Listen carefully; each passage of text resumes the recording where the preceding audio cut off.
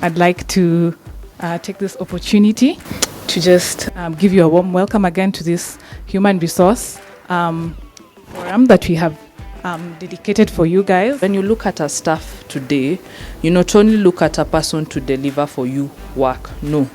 You look at a person mentally, you look at a person physically, you look at a person socially, you look at a person also spiritually.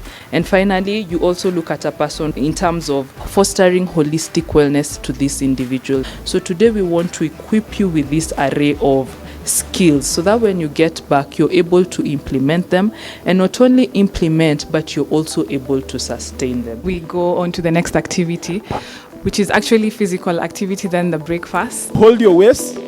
Let's go round. 1. Nice. 2. 4.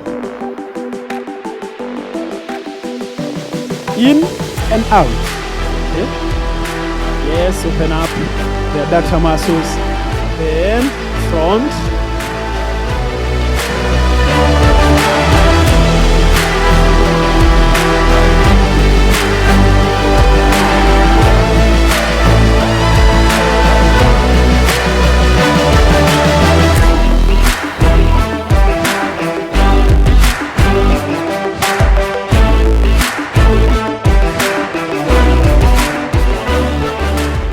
It is true from science that we are suffering from a disease of being unwell, mentally, socially, financially, and otherwise. So I'm hoping that we are going to put our heads together and at least come up with a resolution, or at least a finding for which we can go home, take it away, and execute a plan. And right about now, I want to welcome our wellness coach at Liaison Group, Perpetua Waithera, who's going to take us through various dimensions of wellness.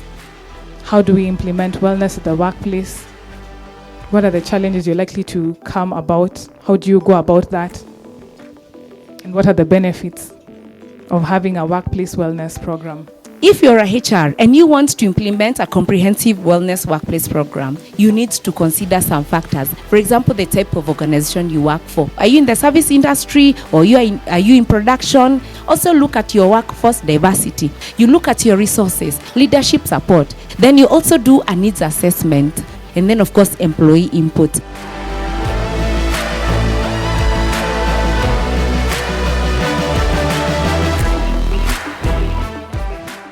I'd want to know what is it and how is it that you've implemented the wellness program at your workplace, and what has made it effective? Some of us, we happen to work for international organizations where the board members themselves initiate some of the process based on their own best practice, and it becomes easier when you sit in those board committees to sell the idea. And the second most important is that tools that we normally underestimate, like your employee engagement survey, can become a better tool to inform you how we can come up with a better or inclusive policy that also speaks to employee wellness program. Irene, we know you to have successfully implemented a wellness program at your workplace.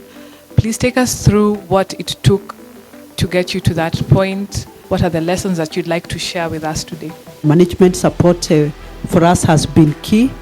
Embedding employee wellness and well-being as part of our culture and how we run our affairs on a normal day-to-day.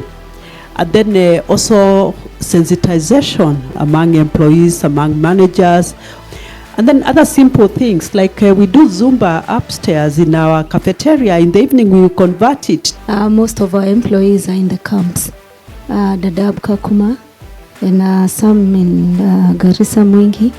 And you realize some of the propositions that you're giving us about gym subscriptions and having all these canteens and menus, they are luxury in the camp, so they're not available.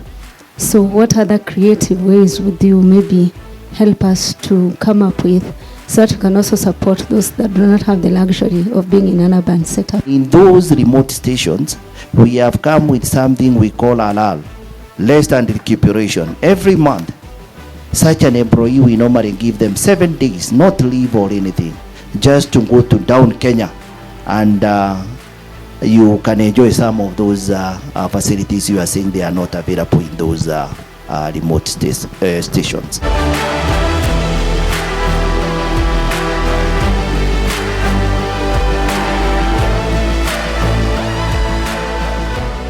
My key learning is it's very important to have a comprehensive wellness package in organizations.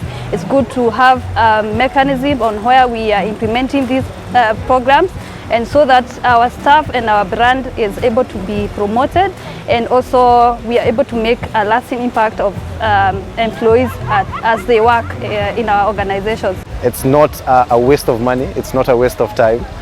In turn, after implementation, you're going to feel the benefits of these initiatives. At the end of the day, when we have wellness in our places of work, the productivity goes up, you see the fruits, and even the working environment becomes just an amazing working environment.